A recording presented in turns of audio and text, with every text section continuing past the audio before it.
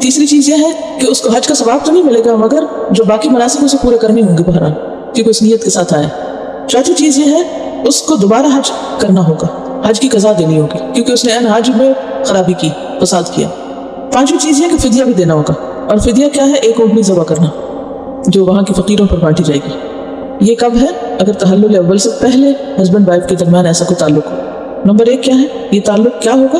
گناہ۔ نمبر 2 عبادت کا ثواب ختم۔ نمبر 3 باقی ارکان پورے کرنے ہوں گے۔ نمبر 4 حج کی قضا دینی ہوگی، اور نمبر 5 فدیہ بھی دینا ہوگا۔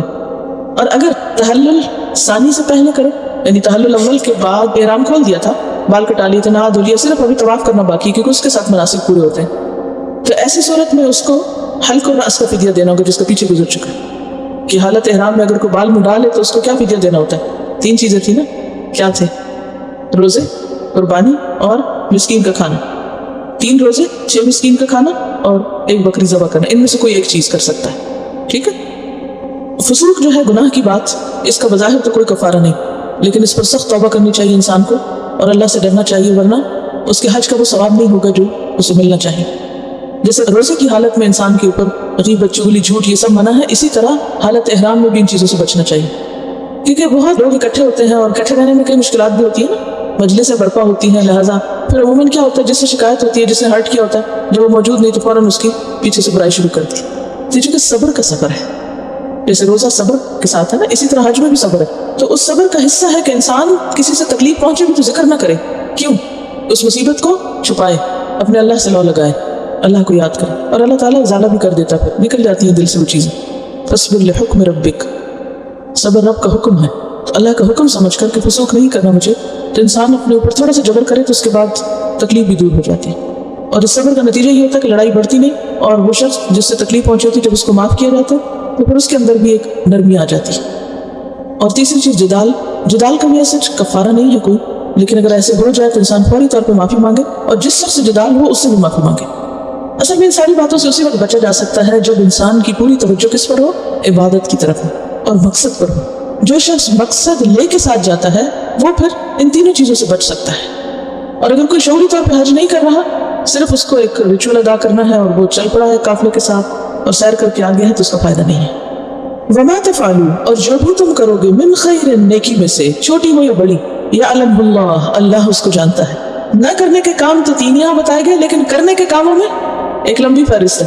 جو بھی نیکی کرو گے، اور یہاں پر من خیر، خیر میں سے، خواہ وہ صدقہ خیرات ہو، خواہ کسی کی مدد ہو، خواہ کسی کو کچھ سکھانا ہو، خواہ کسی کی تکلیف دور کرنا ہو، کیونکہ نیکی کرنے کے بے شمار مواقع ہوتے ہیں حج کے موقع پر۔ یعنی ایک طرف تو آپ حالت احرام میں مسلسل عبادت میں، پھر اللہ کا ذکر بھی کر رہے ہیں، پھر آپ لوگوں کا خیال بھی رکھ رہے ہیں، سفر کے ساتھیوں پہ خرچ بھی کر رہے ہیں، کسی کو کھلا رہے ہیں، کسی کو پلا رہے ہیں، کسی کو کچھ دے رہے ہیں، کوئی بیمار ہو گیا تو اس کا خیال کر رہے ہیں، کسی کو سہارا دے رہے ہیں، کسی کو کسی بھی تکلیف میں کام آ رہے ہیں، یہ سارے خیر کے کام ہیں۔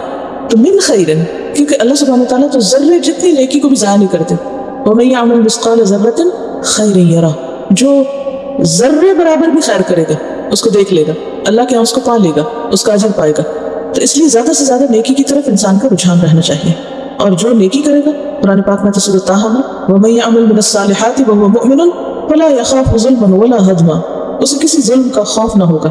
اور ویسے بھی چونکہ حج ایک نیکی کا کام ہے، جب نیکی کے کام کو نکلے ہیں تو صرف ریچول پر توجہ نہیں ہو، بلکہ اوورآل ہر نیکی کی طرف انسان کا دھیان ہو۔ اور جب انسان نیکی کرے تو کسی پر احسان نہ کرے، کیا سوچ کر کرے؟ یعلمہ اللہ، اللہ جانتا ہے اس کو، کیونکہ ہم سب اللہ کی نگاہوں میں نا، وَإِنَّكَ بِأَعْيُنِنَا، تم ہماری نگاہوں میں ہو۔ تو جب آپ خفیہ نیکی کر رہے ہوتے ہیں، جب آپ کو کوئی بھی نہیں دیکھ رہا ہوتا، تو اس وقت فوراً سوچا کریں اس وقت اللہ مجھے دیکھ رہا ہے، اور جو ہی آپ کو خیال آئے گا آپ ایک دم مسکرا پڑیں گے کہ وہ دیکھ رہا ہے مجھے، اور جب اللہ اس کو جان لے گا تو پھر اس کو اجر بھی بے پناہ دے گا، اور اس نیکی میں اخلاص بھی زیادہ ہوگا۔ وَمَا تَفْعَلُوا مِنْ خَيْرٍ يَعْلَمْهُ اللَّهُ وَتَزَوَّدُوا، اور زیادہ راہ لے کر نکلا کرو، خالی ہاتھ نہیں نکلو، اپنا سامان سفر ساتھ لو۔ عبداللہ بن عباس کی روایت میں آتا ہے کہ اہل یمن کا حال یہ تھا کہ جب وہ حج کے لیے نکلا کرتے تو کہتے کہ ہم اللہ پہ توکل کر رہے ہیں، اللہ کے مہمان اللہ ہی کھلائے پلائے گا، اور پھر وہاں جا کر لوگوں سے مانگنا شروع کر دیتے تھے۔ تو اسے یہاں روکا گیا کہ نہیں، یہ توکل کے خلاف ہے کہ اپنا سامان نہ کرو، سامان ساتھ لے کے نکلو، کیونکہ حج تو ہے ہی اس کے لیے جو اسباب سفر اور سامان سفر ساتھ لے سکے یا اپنی ضروریات کو پورا کر سکے۔ اور اس میں کیا کیا چیزیں آتی ہیں؟ زاد راہ میں کھانا